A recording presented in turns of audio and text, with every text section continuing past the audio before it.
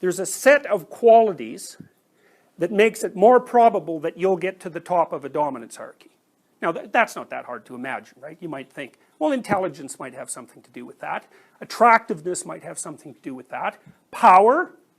We know from studies of chimps, and this is mostly done by Franz de Waal, that, you know, because you might think of kind of prototypical caveman society, that it's like the caveman that looks most like a bodybuilder who's the most dominant caveman, but so to speak. But what de Waal found among the chimps was that the chimp who was at the top of the male dominance hierarchy, who remained at the top relatively stably so that he wasn't brutally murdered, say, by two chimps that were below him in the dominance hierarchy, was actually kind of a good leader in some sense, you know. So he got along well with the females in the troop and maybe even attended to their children to some degree, and he wasn't a completely unpredictable tyrant. And if he was like that, then, you know, a couple of male chimps would form a coalition, and when his back was turned at any moment, then they'd rip him to pieces.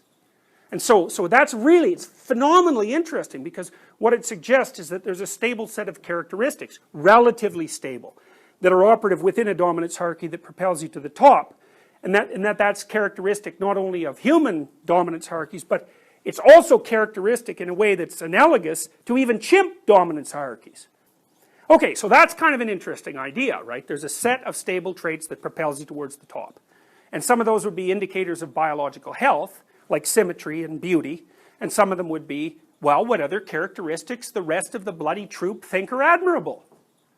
And because admirable is also a very interesting phenomenon, right? Because there are people you admire. You think, well, why are there people that you admire? And what does it mean to admire someone? And what it means in some sense is that the effect they have on you is one of wanting to imitate. And, you know, human beings, a lot of our knowledge, a tremendous amount of our knowledge, isn't propagated linguistically, it's propagated through imitation. And the probability that we were imitating each other before we developed language is extremely high. And we're also one of the few animals, maybe the only animal, that are really capable of true imitation.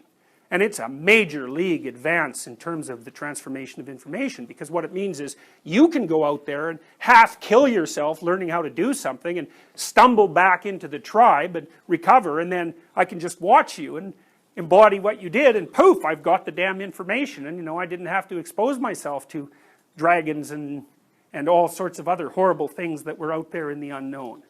And so, you know, we're imitating ourselves all the time. So if you admire someone, what that does is it hooks into your desire to imitate. And that's also part of an inbuilt intrinsic biological process. Okay, now, fine, so here's what we're going to say. Dominance hierarchy. Reason for getting to the top.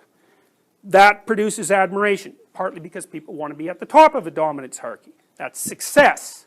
And we're wired to climb dominance hierarchies, because if you live at the top of a dominance hierarchy, you live longer than you do if you live at the bottom of a dominance hierarchy. Even if you factor out the effect of relative income. It's less stressful at the top. You have better resources at the top. And the top is a place, right? Because it's been around for 400 million years. It's a place. It's like a conceptual place in a sense, or it's a place that's the emergent property of social organization. But it's a place. And it's a place where people want to go. Okay, you got a dominance hierarchy. Someone gets to the top, you admire them. All right. But that's not exactly what human beings are like. First of all, there isn't one dominance hierarchy. There's hundreds of the bloody things, especially as society becomes complex. There's a radically variegated realm of dominance hierarchies, right? And so, then you might ask yourself, across the set of dominance hierarchies, is there a set of properties that makes people likely to get to the top? And that's the kind of question that only a creature capable of abstraction could ask or posit. And I would say that the figure that represents the properties that produces the highest probability of climbing to the top of the set of all dominance hierarchies is a messianic figure. That's what a messianic figure is. So, and it's a kind of abstraction, it says, because of course, obviously a messianic figure is an ideal, right? Clearly. And so then you might think, well, an ideal in relationship to what? Well, he generally is the perfect person. Well, how would we come up with the concept of what constitutes perfect? Think about it as a biological category. Well, there's hardly anything more perfect than the ability to climb to the top of whatever dominance hierarchy you happen to be put in. Now, one of the things I would say is that women exerted tremendous selection pressure on men to be exactly that sort of creature.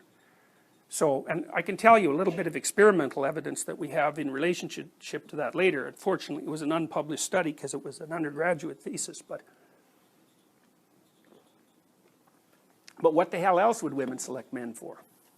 If they had any sense. You know, you want to select a partner, because you know, you've heard the idea of hypergamy, right? Women mate across or up dominance hierarchy.